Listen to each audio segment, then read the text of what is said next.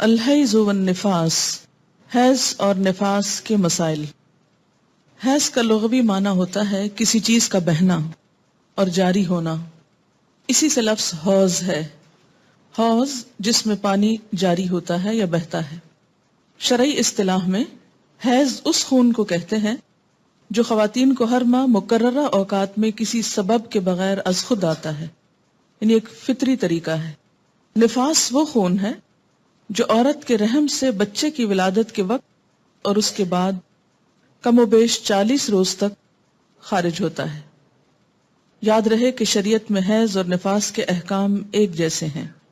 حیض کے دنوں کی تعداد مقرر نہیں، کسی ماہ کم کسی ماہ زیادہ دن ہو سکتے ہیں۔ اسی طرح مختلف لوگوں کی عادت مختلف ہو سکتی ہے۔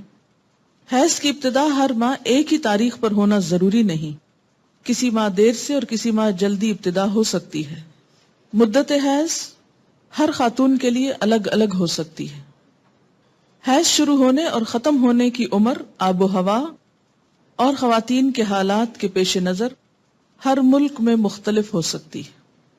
ان عائشہ رضی اللہ عنہا ان النبی صلی اللہ علیہ وسلم قال اذا اقبلت الحیضۃ فاترک الصلاۃ وَإِذَا أَدْبَرَتْ فَاغْتَسِلِي رواہ النسائی۔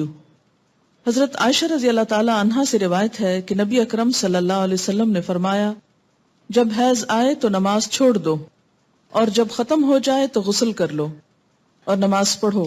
اسے نسائی نے روایت کیا ہے۔ وَإِذَا أَدْبَرَتْ فَاغْتَسِلِي جو ہے حدیث کے الفاظ میں تو صرف نہانے تک کی بات ہے، لیکن چونکہ شروع میں چھوڑنے کی بات ہے تو اس لیے مکمل یہ بات جبھی ہوتی ہے وضاحت کے ساتھ کہ نماز پھر سے شروع کر دی جائے۔ تو اس سے کیا پتہ چلتا ہے؟ جب حیض آئے اور جب ختم ہو جائے۔ تو جب کا مطلب کیا ہے کہ ہر ایک کی عادت مختلف ہو سکتی ہے۔ حالت حیض میں عورت کا جسم اور کپڑے دونوں پاک ہوتے ہیں، یعنی جسم اس میں کوئی بظاہر ناپاکی نہیں ہوتی۔ مثلا ہاتھ پاک ہے، اگر عورت آٹا گوندنا چاہے تو آٹا ہاتھوں سے ناپاک نہیں ہو جائے گا۔ اگر پانی پیے تو اس کا بچا ہوا پانی ناپاک نہیں ہوگا۔ اگر کسی چیز کو چھو لے تو وہ چیز ناپاک نہیں ہوگی۔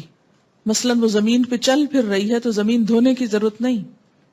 اگر کسی دیوار کو ہاتھ لگاتی ہے تو دیوار دھونے کی ضرورت نہیں۔ جس بستر پہ سوتی ہے اس بستر کو دھونے کی ضرورت نہیں۔ جو کپڑے پہنتی ہے ان کپڑوں کو دھونے کی ضرورت نہیں، الا یہ کہ کوئی ظاہری نجاست ساتھ لگ جائے۔ حائضہ کے ہاتھوں کا کھانا، کسی کا کنگھی کرنا اور اس کا جوٹا کھانا یہ جائز ہے۔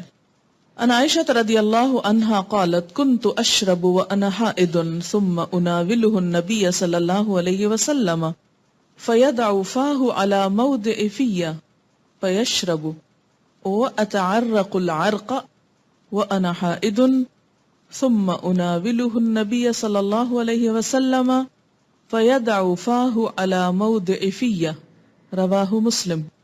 حضرت عائشہ رضی اللہ تعالی عنہا فرماتی ہیں کہ میں حیض کی حالت میں پانی پیتی اور برتن نبی صلی اللہ علیہ وسلم کو دے دیتی۔ آپ برتن سے اسی جگہ منہ رکھ کر پانی پیتے جہاں سے میں نے منہ رکھ کر پانی پیا ہوتا۔ اور بتانا کیا مقصود ہے اس حدیث کو بیان کر کے کہ حائضہ عورت کے لعاب دہن میں بھی کوئی ناپاکی نہیں ہوتی۔ اسی طرح ہڈی سے گوشت کھا کر نبی صلی اللہ علیہ وسلم کو دیتی تو آپ اسی جگہ سے کھاتے جہاں سے میں نے کھایا ہوتا۔ اسے مسلم نے روایت کیا ہے۔ اس سے یہ بھی پتہ چلتا ہے کہ عورت کا بچا ہوا کھانا یا پینا کسی مردانگی کے خلاف نہیں، یہ کسی شان کے خلاف نہیں۔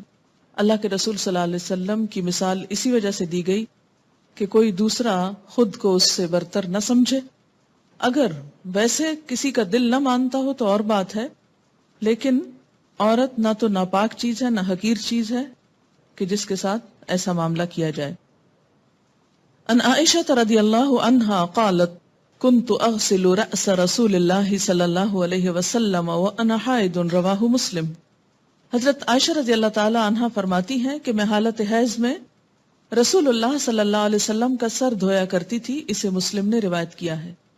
ان عائشہ رضی اللہ عنہا قالت کان رسول اللہ صلی اللہ علیہ وسلم یتکئ فی حجری وانا حائض فیقرأ القرآن رواہ مسلم۔ حضرت عائشہ رضی اللہ تعالی عنہا فرماتی ہے کہ رسول اللہ صلی اللہ علیہ وسلم میری گود میں تکیہ لگا کر قرآن پاک کی تلاوت فرماتے حالانکہ میں حالت حیض میں ہوتی. اسے مسلم نے روایت کیا ہے. ان عائشہ رضی اللہ عنہا انہا قالت کان رسول اللہ صلی اللہ علیہ وسلم یدنی الی رأسہ وانا فی حجرتی فارجل رأسہ وانا حائض. رواہ مسلم. حضرت عائشہ رضی اللہ تعالی عنہا فرماتی ہیں کہ رسول اللہ صلی اللہ علیہ وسلم مسجد میں بیٹھے بیٹھے اپنا سر میرے نزدیک کرتے جبکہ میں اپنے حجرے میں ہوتی، کیونکہ مسجد اور حجرے کے درمیان کوئی خاص فاصلہ نہیں تھا، بس ایک چھوٹی سی پارٹیشن تھی، پردہ جسے لٹکا ہو. جبکہ میں اپنے حجرے میں ہوتی اور آپ صلی اللہ علیہ وسلم کے سر میں حالت حیض میں کنگھی کر دیا کرتی. اسے مسلم نے روایت کیا ہے. اس سے کیا پتہ چلتا ہے، جہاں یہ تمام امور کی وضاحت کی گئی کہ حالت حیض میں عورت کو ہاتھ لگانا یا عورت کا وائس ورثہ شوہر کو ہاتھ لگانا یا بچوں کو یا کسی بھی انسان سے مصافحہ کرنا، تو یہ سب چیزیں جو ہیں یہ جائز ہیں. بظاہر یہ ایک نارمل حالت ہے، ایسے ہی ہے جیسے کسی کا وضو نہ ہو اور وہ سب کام کرتا پھرے تو نماز تو نہیں پڑھ سکتا، لیکن اس کا باقی جسم بظاہر ناپاکی نہ ہو تو کوئی ناپاک نہیں ہوا کرتا.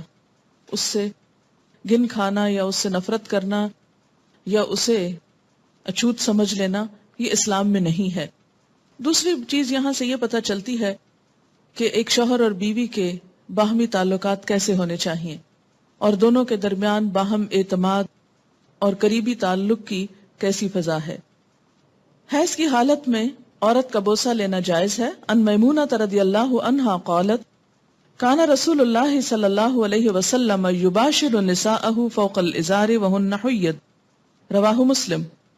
حضرت میمونہ رضی اللہ تعالی عنہا فرماتی ہیں کہ رسول اللہ صلی اللہ علیہ وسلم اپنی ازواج مطہرات سے بوس و کنار فرما لیا کرتے تھے حالانکہ وہ حالت حیض میں ہوتی. اسے مسلم نے روایت کیا ہے. حالت حیض میں عورت سے نفرت کرنا یا کھانے پینے کا علیحدہ اہتمام کرنا ناجائز ہے، درست نہیں، کیونکہ ویسے بھی اس حالت میں ہارمونل چینج کی وجہ سے عورت کے اندر سٹیبلٹی نہیں ہوتی. بسا اوقات چھوٹی چھوٹی بات پر ناگواری اور دل چھوٹا کرنا اور آنسو بہانا ان دنوں میں عموماً بڑھ جاتی ہے ایسی کیفیت. تو اس میں اگر اس کو بالکل ہی ایک طرف پھینک دیا جائے تو اس سے ازدواجی تعلقات جو ہیں وہ متاثر ہو سکتے ہیں. یعنی اس حالت میں عورت صحت کی نسبت بیماری سے قریب تر ہوتی، اور جب بھی کوئی شخص بیماری کی حالت میں یا بیماری سے قریب تر ہو تو وہ زیادہ کیئر، اٹینشن اور محبت کا طلبگار ہوتا ہے. اس لیے ان حالات میں عورت سے بالکل بے نیاز ہو جانا، بے پرواہ ہو جانا، اس سے کوئی تعلق نہ رکھنا، یہ اسلام کی تعلیمات اور اسپرٹ کے خلاف ہے. حائضہ سے صحبت کرنا منع ہے، یعنی انٹر کورس منع ہے. ان انس رضی اللہ عنہ ان الیہود کانوا اذا حاضت المرأة فیہم لم یآکلوها ولم یجامعوہن فی البیوت فسأل اصحاب النبی صلی اللہ علیہ وسلم فانزل اللہ عز وجل ویسألونک عن المحیض قل هو اذن فاعتزلوا النساء فی المحیض الى آخر الآیہ. فقال رسول اللہ صلی اللہ علیہ وسلم اصنعوا کل شیء الا النکاح. رواہ مسلم. حضرت انس رضی اللہ تعالی عنہ سے روایت ہے کہ یہودیوں کے ہاں جب کوئی عورت حائضہ ہوتی تو یہودی اس کے ساتھ کھانا نہ کھاتے، نہ گھر میں رہتے. صحابہ کرام رضی اللہ عنہم نے رسول اللہ صلی اللہ علیہ وسلم سے مسئلہ دریافت کیا تو اللہ تعالیٰ نے یہ آیت نازل فرمائی کہ لوگ آپ صلی اللہ علیہ وسلم سے حیض کے بارے میں دریافت کرتے ہیں، ان سے کہہ دیجئے وہ ایک بیماری کی حالت ہے، لہٰذا اس میں عورتوں سے علیحدہ رہیں. یہ آیت نازل ہونے کے بعد نبی صلی اللہ علیہ وسلم نے فرمایا حالت حیض میں صحبت کے علاوہ معمول کے سارے تعلقات قائم رکھو. اسے مسلم نے روایت کیا ہے. حائضہ طواف کے علاوہ باقی سارے مناسک حج ادا کر سکتی ہے. عن عائشہ رضی اللہ عنہا قالت خرجنا مع رسول اللہ صلی اللہ علیہ وسلم لا نذکر الا الحج فلما جئنا صرف تمست فدخل علی النبی صلی اللہ علیہ وسلم وانا ابکی فقال ما يبكيك قلت لوددت والله انی لم احج العام قال لعلك نفست قلت نعم قال فإن ذلك شيء كتبه الله على بنات آدم فافعلی ما یفعل الحاج غیر اللہ تطوفی بالبیت حتی تطہری، رواہ البخاری۔ حضرت عائشہ رضی اللہ عنہا فرماتی ہیں کہ ہم رسول اللہ صلی اللہ علیہ وسلم کی رفاقت میں حج کے ارادے سے نکلے۔ مقام صرف پر ایک جگہ کا نام ہے۔ مجھے حیض شروع ہو گیا۔ رسول اللہ صلی اللہ علیہ وسلم میرے پاس تشریف لائے۔ میں اس وقت رو رہی تھی۔ آپ نے پوچھا کیا بات ہے؟ میں نے عرض کیا اگر میں اس سال حج کا ارادہ نہ کرتی تو اچھا تھا۔ حضور صلی اللہ علیہ وسلم نے فرمایا شاید تمہیں حیض آیا ہے؟ میں نے عرض کیا ہاں۔ آپ نے فرمایا یہ ایک ایسی چیز ہے جو اللہ تعالیٰ نے آدم کی بیٹیوں کے لیے لکھ دی ہے، لہذا جب تک پاک نہ ہو جاؤ بیت اللہ شریف کا طواف نہ کرو، باقی سارے مناسک حج ادا کرتی رہو۔ اسے بخاری نے روایت کیا ہے۔ باقی مناسک حج کیا ہیں؟ مثلا احرام پہننا، اسی طرح عرفات جانا، منا جانا، کنکریاں مارنا، یہ تمام چیزیں درست ہیں، لیکن طواف نہیں ہو سکتا۔ شروع میں صحیح ہو سکتی تھی، لیکن چونکہ اب وہ مسجد کا حصہ ہو گئی ہے اس لیے صحیح کرنا بھی درست نہیں۔ حائضہ نماز پڑھ سکتی ہے نہ روزہ رکھ سکتی، یعنی نہ نماز پڑھ سکتی ہے نہ روزہ رکھ سکتی۔ تو اب کتنی چیزیں منع ہو گئی؟ طواف، نماز، روزہ۔ حیض شروع ہوتے ہی روزہ ختم ہو جاتا ہے، خواہ سورج غروب ہونے سے ایک لمحہ ہی پہلے کیوں نہ آئے۔ حیض کی وجہ سے روزہ ختم ہونے کے بعد کھانا پینا جائز ہے، البتہ روزہ کی قضا ضروری ہے۔ حائضہ کے لیے روزہ کی قضا ہے، نماز کی نہیں۔ ہمارے یہاں عام طور پر یہ خیال پایا جاتا ہے نا کہ اگر پیریڈز آ بھی جائیں تو روزہ نہیں توڑنا چاہیے اور کچھ کھانا پینا نہیں چاہیے، اس دن کا ہو جاتا ہے۔ یہ خیال غلط ہے۔ دوسرا یہ کہ یہ کہا جاتا ہے کہ چلیں اگر نہیں کھائے پیئیں گے تو روزے کا ثواب مل جائے گا، ایسی بھی کوئی بات کہیں نہیں لکھی ہوئی۔ جب روزہ ہوا ہی نہیں تو ثواب کائے کا ملا؟ ناپاک حالت میں روزہ رکھنے کا یہ ثواب ہے یا الٹا گناہ ہے؟ یعنی ناپاکی میں کس نے روزہ رکھنے کو کہا؟ اور جب روزہ ہی نہیں تو کھانا پینا کیوں حرام کر لیا اپنے اوپر؟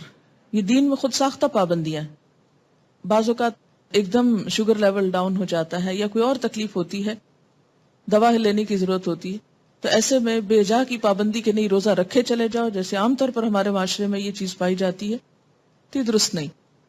عن ابی سعید الخدری رضی اللہ عنہ قال قال النبی صلی اللہ علیہ وسلم الیس اذا حادت لم تصلی ولم تصم فذلك من نقصان دینها، رواہ البخاری۔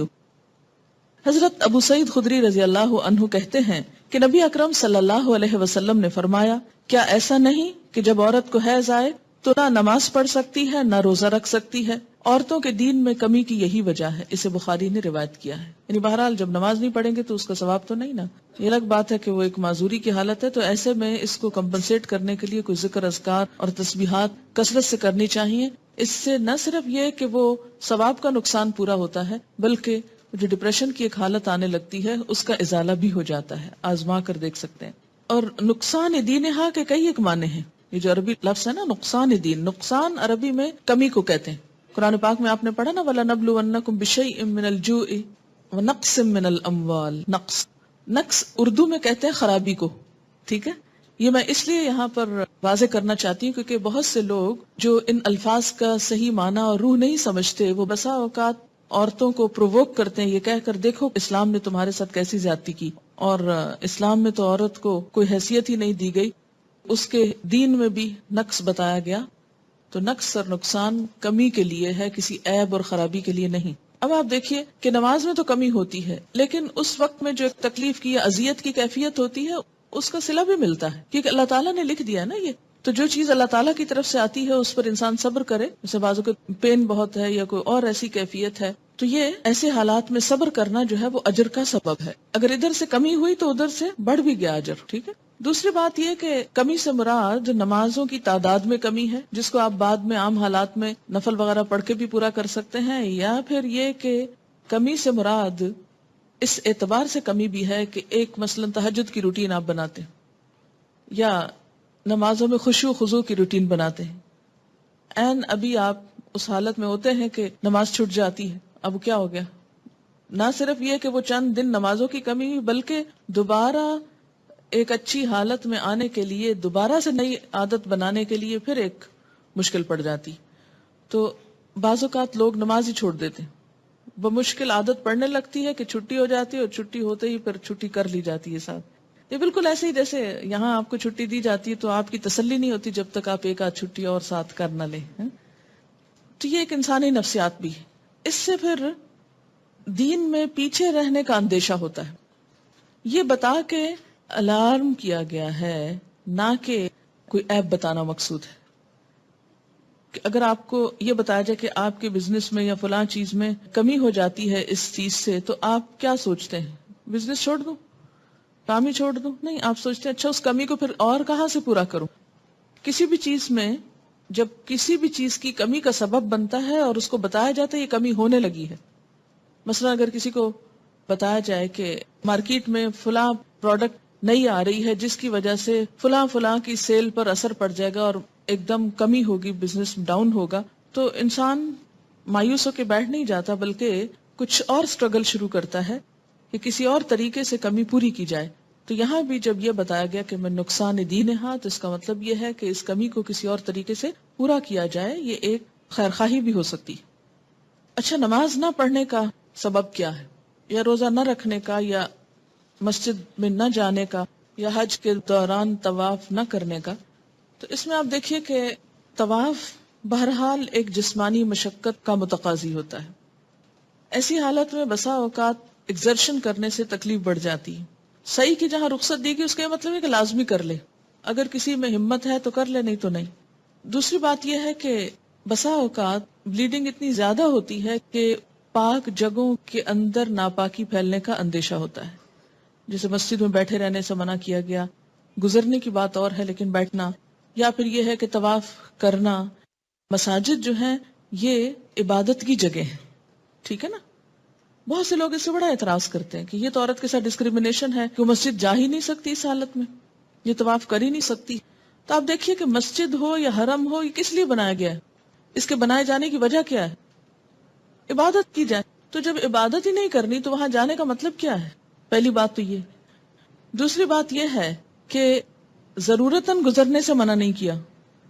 تیسری بات یہ ہے وہاں پر کسی طرح کی نجاست ناپاکی کے لگنے کا اندیشہ ہوتا ہے۔ یہ نہیں کہ عورت پھوڑ ہے، کم عقل ہے، یا جان بوجھ کے ایسا کر رہی ہے۔ بعض اوقات انکانشیسلی، ان نوئنگلی اور بغیر کسی ایسی کمی کے یا کوتاہی کے حالات ایسے ہو جاتے ہیں کہ انسان کے کنٹرول یا بس سے باہر ہو جاتے ہیں۔ تو ایسی صورت میں احتیاط لازم ہے کہ انسان اگر خود عبادت نہیں کر رہا اور جا بیٹھ کے عبادت کرنے والوں کی جگہ بھی خراب کر کے آ جائے تو یہ کس جگہ کی نیکی ہے، اس لیے روکا گیا ہے۔ اور یہ کسی ڈسکریمنیشن کی بنا پر نہیں ہے بلکہ باقی لوگوں کا حق محفوظ کرنے کے لیے۔ اسلام میں جہاں ہر ایک کو آزادی دی گئی ہے وہاں وہ آزادی اتنی لمٹس میں ہے کہ دوسرے کی آزادی میں خلل اندازی نہ ہو۔ ہر ایک کے حقوق بھی رکھیں اور فرائض بھی رکھیں، یعنی شتر بے مہار کی طرح ایسی آزادی نہیں کہ آپ جانور کھول دو جس کو چاہے ٹکرے مارے۔ اگر آپ سے کوئی پوچھے کیوں آپ نے کھول رکھے تو آپ کو میں نہیں چاہتا کہ میرا کتا بندھا رہے، میں چاہتا ہوں کہ یہ آزاد رہے۔ لیکن آپ کا کتا تو آزاد رہے مگر دوسروں کی جان اور جسم محفوظ رہے یا نہ رہے۔ تو اسلام ایسی آزادی نہیں دیتا کہ جس سے دوسروں کی آزادی میں خلل پڑے یا دوسروں کی سہولت میں تنگی پڑے۔ بہرحال اسی طرح یہ ہے کہ روزے سے کیوں منع کیا گیا؟ تو جیسے پہلے بھی میں نے عرض کیا کہ یہ حالت صحت کی نسبت بیماری سے قریب تر ہوتی ہے۔ جب جسم سے مستقل طور پر بلڈ نکل رہا ہو تو انسان کو عام حالات سے زیادہ انٹیک کی ضرورت ہوتی ہے، لیکوڈ کی شکل میں، کچھ کھانے کی شکل میں۔ تو ایسے میں اگر انسان روزہ رکھ لے تو اس سے عورت کی صحت پر اثر پڑ سکتا ہے۔ تو یہ ایک سہولت دی گئی ہے کہ ان دنوں میں روزہ نہ رکھے۔ اگر کوئی عورت رمضان میں فجر کی اذان سے پہلے حیض سے پاک ہو جائے اور غسل کا وقت نہ ہو تو پہلے روزہ رکھ کر بعد میں غسل کر سکتی، لیکن اگر اذان کے بعد پاکی ہوئی ہے، یعنی بعد میں بھی سپاٹ لگا ہے اور سورج نکلنے کے بعد آپ پاک ہو رہے ہیں اور نہا رہے ہیں اور روزہ آپ صبح سے رکھ چکے ہیں تو وہ روزہ نہیں ہوتا۔ ان ابی بکر ابن عبد الرحمن كنت انا وابی فذهبت معه حتى دخلنا على عائشة رضي الله عنها قالت اشهد على رسول الله ان كان لا يصبح جنبا من جماع غير احتلام ثم يصومه ثم دخلنا على ام سلمة رضی اللہ عنہا فقالت مثل ذلك رواہ البخاری۔ حضرت ابو بکر بن عبد الرحمن رضی اللہ عنہ سے روایت ہے کہ میں اپنے والد کے ساتھ حضرت عائشہ رضی اللہ تعالی عنہا کی خدمت میں حاضر ہوا۔ ہمارے سوال کے جواب میں حضرت عائشہ نے فرمایا، میں گواہی دیتی ہوں کہ رسول اکرم صلی اللہ علیہ وسلم احتلام کی وجہ سے نہیں بلکہ جماع کی وجہ سے حالت جنابت میں صبح کرتے، پھر غسل کیے بغیر روزہ رکھتے۔ اس کے بعد ہم دونوں حضرت ام سلمہ رضی اللہ تعالی عنہا کی خدمت میں حاضر ہوئے تو انہوں نے بھی ایسا ہی فرمایا۔ اس سے کیا پتہ چلتا ہے؟ حالت جنابت میں سحری کھائی جا سکتی ہے، اگرچہ نماز سے پہلے نہانا ضروری ہے، پھر نماز نہا کے پڑھی جائے گی۔ اسے بخاری نے روایت کیا۔ کپڑے پر حیض کے خون کا داغ لگ جائے تو اتنی جگہ دھو کر اسی کپڑے پر نماز ادا کی جا سکتی ہے۔ مثلا جائے نماز کو لگ گیا یا کسی چادر پہ لگ گیا یا اپنے پہنے ہوئے کپڑے پر لگ گیا تو صرف اس داغ کو دھو لیا جائے اور باقی کپڑے کو ویسے ہی پہن کر نماز پڑھ لی جائے، خواہ اس میں پسینہ ہی کیوں نہ ہو حالت حیض کا۔ عن عائشہ رضی اللہ عنہا قالت كانت احدانا تحید ثم تقترس الدم من ثوبها عند طهرها فتغسله وتندح على سائره ثم تصلي فيه رواہ البخاری۔ حضرت عائشہ رضی اللہ تعالی عنہا فرماتی ہیں کہ جب ہم میں سے کسی کے کپڑے حیض کے خون سے آلودہ ہو جاتے تو غسل کے بعد ہم خون کپڑے سے کھرش ڈالتی، پھر وہ جگہ پانی سے دھو ڈالتی اور سارے کپڑے پر پانی چھڑک کر اس میں نماز پڑھ لیتی۔ بعض اوقات کلاٹنگ ہوتی ہے نا، تو اس لیے اس کو کھرشنے کی بات کی گئی ہے، اور صرف کھرشنا کافی نہیں ہوتا یا مل کے رگڑ کے صاف کرنا کافی نہیں، بلکہ اس کو دھونا ضروری ہے۔ جب سپاٹ والی جگہ دھل جائے، داغ اتر جائے، صاف ہو جائے کپڑا، تو باقی کپڑے پر کیا کیا جائے؟ پانی چھڑک کر، یعنی دھونے کی ضرورت نہیں، پانی کس لیے چھڑک کر؟ اس کو فریش کرنے کے لیے، جیسے استری کرتے وقت پانی اسپرینکل کرتے ہیں، اس میں نماز پڑھ لی جائے۔ اگر پانی اتنا نہ ہو کہ باقی کپڑے پہ چھڑکا جائے تو کوئی بات نہیں، آپ صرف نجاست دھو کر اسی کپڑے کو دوبارہ پہن کر نماز پڑھ سکتے ہیں۔ اسے بخاری نے روایت کیا ہے۔ حائضہ کے لیے مسجد میں ٹھہرنا جائز نہیں، البتہ گزر سکتی۔ حالت حیض میں جائے نماز کو ہاتھ لگانا، جائے نماز پر بیٹھنا، ذکر کرنا اور تسبیح اور تحلیل نیز دعا وغیرہ کرنا جائز ہے۔ یہ بعض اوقات لوگ تسبیح نہیں اٹھاتے یا جائے نماز نہیں اٹھاتے، تو یہ بات درست نہیں۔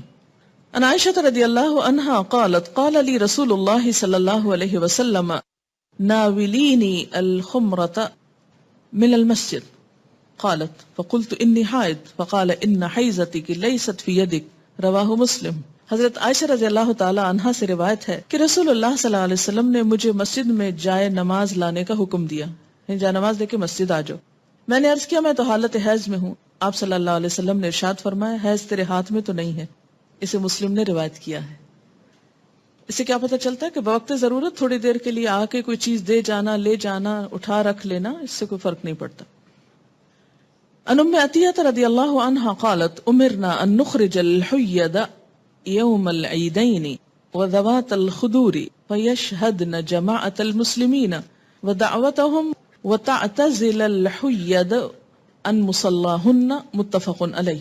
حضرت ام عطیہ رضی اللہ تعالی عنہا سے روایت ہے کہ رسول اللہ صلی اللہ علیہ وسلم نے حکم دیا کہ دونوں عیدوں کے دن ہم حیض والی اور پردہ نشین یعنی تمام عورتوں کو عیدگاہ لائیں تاکہ وہ مسلمانوں کے ساتھ نماز اور دعا میں شرکت کریں، البتہ حیض والی عورتیں نماز نہ پڑھیں۔ اسے بخاری اور مسلم نے روایت کیا ہے۔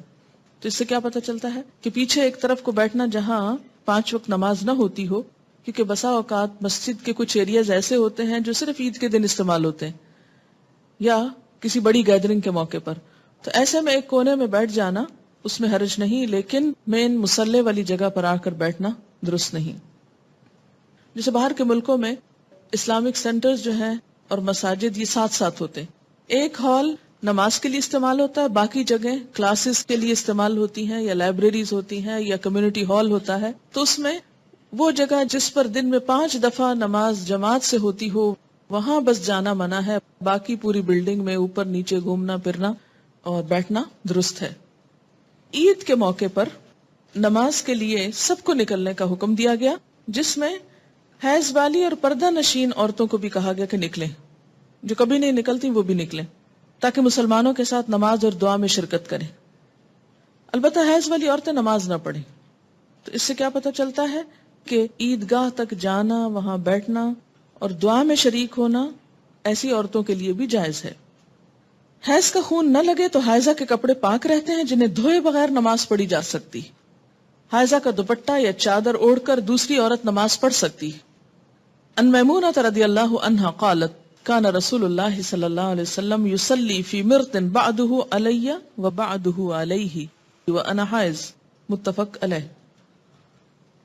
حضرت میمونہ رضی اللہ عنہا فرماتی ہیں کہ رسول اللہ صلی اللہ علیہ وسلم جس چادر میں نماز پڑھتے اس چادر کا ایک حصہ مجھ پر اور ایک حصہ آپ پر ہوتا اور میں حالت حیض میں ہوتی۔ اسے بخاری اور مسلم نے روایت کیا ہے، یعنی ایک ہی چادر شیئر کرتے تھے، اور اس وقت جب کہ حضرت میمونہ حیض کی حالت میں ہوتی تو اس سے کیا پتہ چلتا ہے کہ ایسا کپڑا جو کسی حائضہ عورت کا ہو اس میں نماز ادا کرنا درست ہے۔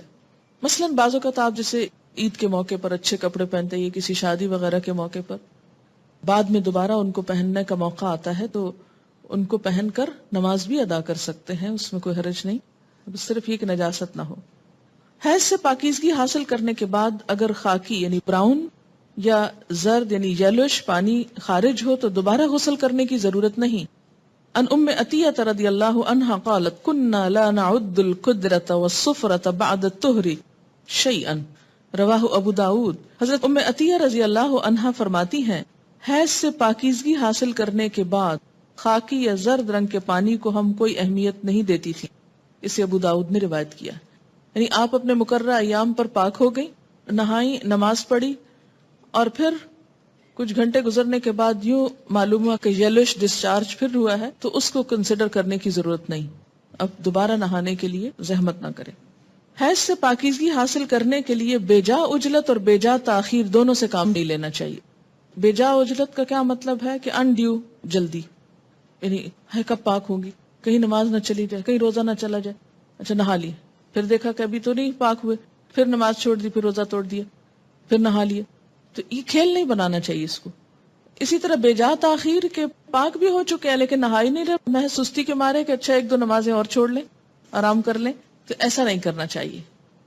غسل حیض میں تاخیر ہونے پر قضا نمازیں ادا کرنا چاہیے، یعنی اگر کسی وجہ سے پانی ختم ہے، پانی نہیں ہے، یا کئی سفر کی حالت میں ہے کہ ٹائم پہ نہیں پہنچے آپ کہ نہا سکیں، یا کوئی وجہ بن گئی، یعنی جان بوجھ کے نہیں، ہو گیا ایسے، تو پھر کیا ہے جب نہا چکے تو پچھلی نماز لوٹائیں۔ کن النساء یبعثن الی عائشہ رضی اللہ عنہا بالدرجۃ فیہا القرص فیہا الصفرہ فتقول لا تعجلن حتی ترین القصۃ البیضاء ترید بذلک الطہر من الحیضۃ، رواہ البخاری۔ خواتین رسول اللہ صلی اللہ علیہ وسلم کی زوجہ محترمہ سیدہ عائشہ رضی اللہ تعالی عنہا کے پاس ڈبیا میں روئی رکھ کر بھیجتی جس میں ابھی کچھ زردی باقی ہوتی، تو حضرت عائشہ فرماتی جب تک صاف شفاف پانی نہ دیکھ لو اس وقت تک طہر حاصل کرنے کے لیے جلدی سے کام نہ لیا کرو، یعنی جب تک بالکل صاف نہ ہو جائے انسان اس وقت تک نہانے میں جلدی نہیں کرنی چاہیے۔ سیدہ عائشہ رضی اللہ تعالی عنہا کی مراد حیض سے طہارت حاصل کرنا ہوتی تھی۔ القصۃ البیضاء کا لفظ دیکھ رہے ہیں یہاں پر آپ عربی عبارت میں، یہ انہوں نے معیار بتایا، حتی ترینا القصۃ البیضاء، وائٹ ڈسچارج۔ قال ابن عباس رضی اللہ عنہما تغتسل وتصلی ولو ساعة من النہار ویأتیها زوجها اذا صلت الصلاة اعظم، رواہ البخاری۔ حضرت عبداللہ بن عباس رضی اللہ تعالی عنہما فرماتے، یہ دونوں آپ صحابیوں کے فتوے ہیں کہ مستحاضہ حسب عادت ایام حیض کے بعد غسل کر کے نماز پڑھیں۔ مستحاضہ کون ہوتی ہے؟ حیض کے علاوہ جو بلیڈنگ ہوتی ہے بیماری کے طور پر وہ استحاضہ کہلاتی ہے، یعنی سارا مہینہ سپاٹنگ ہوتی رہتی ہے۔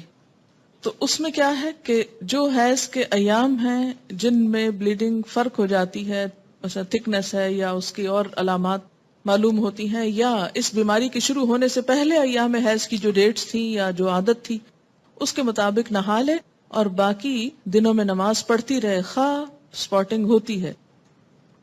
حضرت عبداللہ بن عباس فرماتے ہیں کہ مستحاضہ غسل کر کے نماز پڑھے خواہ ان کی ایک گھڑی باقی ہو، مثلا سورج غروب ہونے میں 5 منٹ ہے اور اب وہ نہا کر نکلی تو پڑھے اثر۔ جب عورت نماز ادا کر چکے تو پھر شوہر اپنی بیوی سے صحبت کر سکتا ہے کیونکہ نماز افضل ہے، اسے بخاری نے روایت کیا ہے۔ حائضہ پاکیزگی کی حالت میں جس نماز کے اول یا آخر وقت میں سے ایک مکمل رکعت ادا کرنے کا وقت پالے اس وقت کی قضا نماز اسے ادا کرنی چاہیے۔ مثلا ظہر کی اذان ہو چکی، آدھا گھنٹہ گزر گیا، آپ نماز پڑھنے جا رہے تھے، پتہ چلا پیریڈز ہو گئے، اب نماز تو نہیں پڑھ سکتے، لیکن چونکہ وقت نماز کا داخل ہو چکا تھا اس لیے یہ نماز آپ کی ذمہ ہو گئی. اب جب آپ پاک ہوں گے تو یہ نماز دہرائیں گے. یہ پتہ ہے آپ کو پہلے سے؟ یہ دیکھیں اکثریت نہیں بول رہی ہے. اس سے اندازہ کریں کہ ہم اپنے دین کے فرائض کو کس حد تک جانتے ہیں اور ہمارے بڑوں نے ہم کو کیا بتایا. اور اگر ایسی باتیں کلاس میں کی جائیں تو پھر یہ شرم و حیا کے خلاف. دیکھیں کہ یہ مسائل پڑھائے اس لیے جاتے ہیں کہ انسان فرائض میں کوتاہی نہ کرے، کیونکہ فرائض کی پوچھ ہے قیامت کے دن. اور اسی طرح اگر عصر کا وقت مثلا ختم ہونے سے آدھا گھنٹہ پہلے پاکی حاصل کی، اب نہانے میں 20 منٹ لگ گئے، 10 منٹ باقی ہیں، اور جتنی دیر میں مصلی بچھایا مغرب کی نماز ہو گئی. بعض اوقات ایسا نا سردی ہوتی ہے، دروازے بند کرتے جائے نماز بچھاتے کرتے ٹائم ہو جاتا ہے، اتنے میں اذان ہوگی. اب مغرب پڑھ کے کیا کرے؟ عصر قضا پڑھے. عن ابی ہریرہ قال قال رسول اللہ صلی اللہ علیہ وسلم اذا جئتم الى الصلاة ونحن سجود فاسجدوا ولا تعدوها شيئا ومن ادرک الرکعة فقد ادرک الصلاة رواہ ابو داود. حضرت ابو ہریرہ رضی اللہ عنہ کہتے ہیں کہ رسول اللہ صلی اللہ علیہ وسلم نے فرمایا جب تم نماز کے لیے آؤ اور ہم سجدہ میں ہو تو تم بھی سجدے میں شامل ہو جاؤ اور اس کو رکعت شمار نہ کرو. البتہ جس نے ایک رکعت جماعت کے ساتھ پالی اس نے پوری جماعت کا ثواب پا لیا. اسے ابو داؤد نے روایت کیا ہے. نماز کا اول وقت پانے سے مراد یہ ہے کہ اگر ایک عورت سورج غروب ہونے کے اتنی دیر بعد حائضہ ہوتی ہے کہ نماز مغرب کی ایک رکعت ادا کر سکے، اسے حیض ختم ہونے کے بعد اس نماز مغرب کی قضا ادا کرنی چاہیے. آخر وقت پانے سے مراد یہ ہے کہ اگر ایک عورت سورج طلوع ہونے سے اتنی دیر پہلے پاک ہوتی ہے کہ وہ نماز فجر کی ایک رکعت پڑھ سکے تو اسے وہ نماز فجر ادا کرنی چاہیے. یعنی آخری وقت میں بھی اگر ایک رکعت پڑھنے کا وقت ہو تو سمجھے کہ وقت ہے. کپڑے پر حیض کا خون لگ جائے تو اسے اچھی طرح صاف کر کے اسی میں نماز پڑھی جا سکتی ہے. کپڑے سے حیض کا خون صاف کرنے کا طریقہ یہ ہے. ان اسماء بنت ابی بکر رضی اللہ عنہما قالت جاءت امرأة الى النبی صلی اللہ علیہ وسلم فقالت احدانا يصيب صوبها من دم الحیضة كيف تصنع به فقال تحته ثم تقرصه بالماء ثم تندحه ثم تصلي فيه متفق علیہ. حضرت اسماء بنت ابی بکر رضی اللہ عنہما کہتی ہیں کہ ایک عورت نبی اکرم صلی اللہ علیہ وسلم کے پاس آئی اور عرض کیا اگر کسی کے کپڑے پر حیض کا خون لگ جائے تو وہ اسے کیسے صاف کرے. رسول اللہ صلی اللہ علیہ وسلم نے فرمایا پہلے اسے اچھی طرح کھرچے، پھر اسے پانی سے مل کر دھوئے، اس کے بعد اس پر پانی چھڑکے، پھر اس میں نماز پڑھ لے. اسے بخاری اور مسلم نے روایت کیا ہے. یاد رکھیے کہ اس زمانے میں صابن اور ڈٹرجنٹس اتنی وافر مقدار میں نہیں ہوتے تھے، تو عام طور پر لوگ کپڑوں کے داغ اتارنے کے لیے یا نجاست دور کرنے کے لیے پانی ہی کا استعمال کرتے تھے. لیکن جہاں صابن ہو تو صابن ملا جا سکتا ہے یا کچھ اور. لیکن جو کچھ بھی استعمال کریں، نجاست کا جو اثر ہے اسے اتنا نکل جانا چاہیے کہ اس کے بعد جو پانی ڈالا جائے تو پر صاف پانی نکلے، کچھ اور رنگ ونگ اس میں سے نہ آئے، تب وہ پاک ہوتا ہے. غسل سے پہلے حائضہ سے صحبت کرنا منع ہے، خواہ ایام حیض کی مدت کم ہو یا زیادہ. دوران حیض صحبت کرنے کا کفارہ 1 دینار 4 گرام سونا ہے، جبکہ حیض ختم ہونے لیکن غسل سے قبل صحبت کرنے کا کفارہ نصف دینار 2 گرام سونا صدقہ کرنا ہے. عن ابی ہریرہ رضی اللہ عنہ قال قال رسول اللہ صلی اللہ علیہ وسلم من اتی حائضا او امرأة فی دبرها او کاہنا فقد کفر بما انزل علی محمد صلی اللہ علیہ وسلم رواہ الترمذی. حضرت ابو ہریرہ رضی اللہ تعالی عنہ کہتے ہیں کہ رسول اللہ صلی اللہ علیہ وسلم نے فرمایا جو شخص حائضہ سے صحبت کرے یا عورت سے دبر کے راستے سے صحبت کرے، عمل قوم لوط کی طرح، یا نجومی کے پاس قسمت کا حال معلوم کرنے آئے، تو اس نے گویا محمد صلی اللہ علیہ وسلم پر نازل شدہ تعلیمات کا انکار کیا. اسے ترمذی نے روایت کیا ہے. عن ابن عباس رضی اللہ عنہما عن النبی صلی اللہ علیہ وسلم فی الذی یأتی امرأته وہی حائض یتصدق بدینار او نصف دینار رواہ ابو داود و ابن ماجہ. حضرت عبداللہ بن عباس رضی اللہ تعالی عنہ سے روایت ہے کہ رسول اللہ صلی اللہ علیہ وسلم نے غسل حیض سے قبل اپنی بیوی سے صحبت کرنے والے آدمی کے بارے میں فرمایا کہ وہ 1 دینار 4 گرام سونا یا نصف دینار 2 گرام صدقہ کرے. اسے ابو داؤد نے روایت کیا ہے. اس سے دراصل عورت کے حقوق کو پروٹیکٹ کیا گیا ہے، کیونکہ عورت اس حالت میں بیماری کے زیادہ قریب ہوتی ہے صحت کی نسبت، اور کئی قسم کی میڈیکل کمپلیکیشنز کا بھی احتمال ہو سکتا ہے دونوں کے لیے، اس لیے منع کیا گیا۔ اور صدقہ اس لیے رکھا جاتا ہے تاکہ انسان اس ڈر سے کہ پیسے جائیں گے، کیونکہ پیسے کا جانا زیادہ تکلیف دہ ہوتا ہے بعض اوقات، یا پینلٹی یا جرمانہ یا فائن کہہ لیں، تو اس لیے یہ ایک طرح سے روکنے کا سبب بنایا گیا۔ آج کے معلوم نہیں حساب میں کتنا بنے گا، معلوم کر لیں۔ عن ابن عباس رضی اللہ عنہما عن النبی صلی اللہ علیہ وسلم قال اذا كان دما احمر فدینار واذا كان دما اصفر فنصف دینار، رواہ الترمذی۔ حضرت عبداللہ بن عباس سے روایت ہے کہ نبی صلی اللہ علیہ وسلم نے فرمایا، جب حائضہ کے خون کی رنگت سرخ ہو اور اس سے صحبت کی جائے تو 1 دینار صدقہ ہے، اگر خون کی رنگت زرد ہو تو نصف دینار صدقہ ہے۔ اسے ترمذی نے روایت کیا ہے۔ نصف دینار کیا ہے؟ 2 گرام۔ حائضہ کو مسلسل قرآن پاک کی تلاوت کرنا منع ہے، البتہ ایک آیت توڑ کر پڑھ سکتی ہے، یعنی بیچ میں سانس لے سکتی ہے، اور یہ حدیث نہیں ہے، بہرحال ابراہیم نخعی کا قول ہے۔ قال ابراہیم رحمہ اللہ لا بأس ان تقرأ الآیہ، رواہ البخاری۔ حضرت ابراہیم نخعی کہتے ہیں کہ حائضہ قرآن مجید کی ایک آیت پڑھ لے تو کوئی حرج نہیں، اسے بخاری نے روایت کیا ہے۔ یعنی اس معاملے میں علماء اور فقہاء کے درمیان اختلاف ہے، بعض کہتے ہیں کہ آیت میں سانس لے لے بیچ میں، کٹھی نہ پڑھے، اور بعض یہ کہتے ہیں کہ اگر پڑھ لے تو حرج کوئی نہیں ہے، کیونکہ کسی صحیح حدیث میں منع نہیں کیا گیا۔ ایک روایت ملتی ہے مگر وہ ضعیف ہے۔ حائضہ قرآن مجید کو ہاتھ نہ لگائے، اگر پکڑنا ضروری ہے تو کپڑے سے پکڑنا چاہیے، یعنی عربک ٹیکسٹ جو ہے اس کو ٹچ نہیں کریں۔ کان ابو وائل رضی اللہ عنہ یرسل خادمہ وہی حائض الی ابی رزین فتأتیہ بالمصحف فتمسکہ بعلاقتہ، رواہ البخاری۔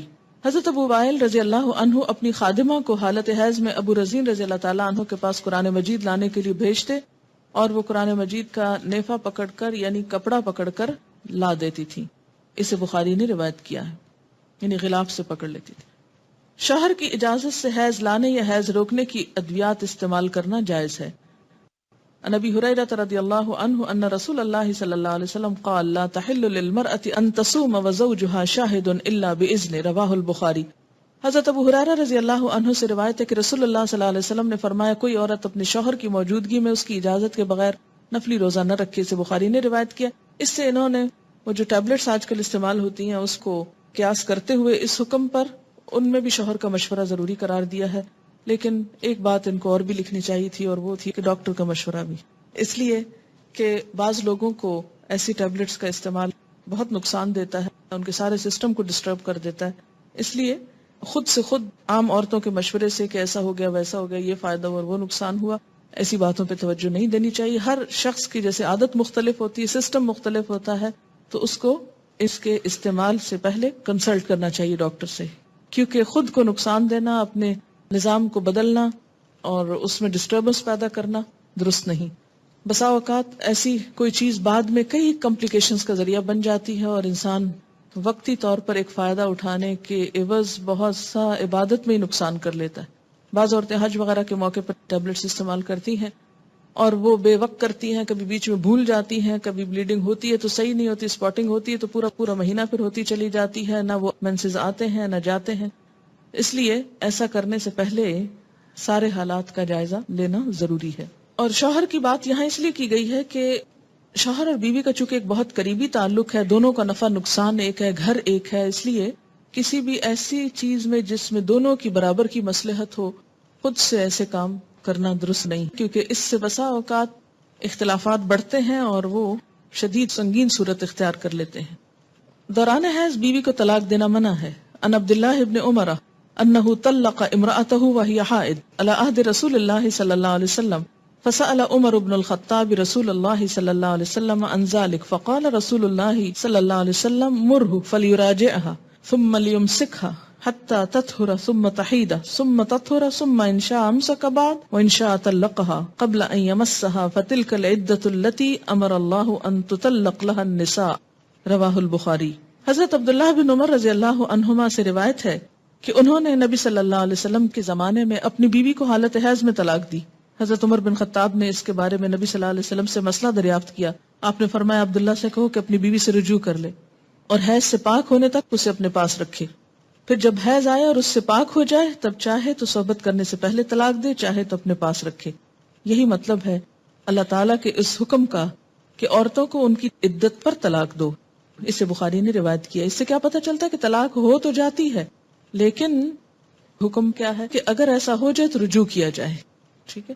کیوں؟ اس لیے کہ اس حالت میں، جیسے کہ پہلے بھی میں نے عرض کیا کہ عورت فزیکلی بھی انفٹ ہوتی ہے اور ویسے بھی اس کا morale ڈاؤن ہوا ہوتا ہے، نفسیاتی طور پر، اسپرچولی بھی وہ بہت لو فیل کرتی ہے، چڑچڑاپن بھی مزاج میں بڑھ جاتا ہے، تو لڑائی کے امکانات بھی بڑھ جاتے ہیں. ایسے میں شوہر کو سوچ سمجھ کے زندگی کے اس تعلق کے بارے میں کوئی فیصلہ کرنا چاہیے. اول تو منع کیا گیا، اور اگر کوئی شخص یہ ایسی غلطی کر بیٹھے تو اسے کیا کہا گیا کہ وہ رجوع کرے.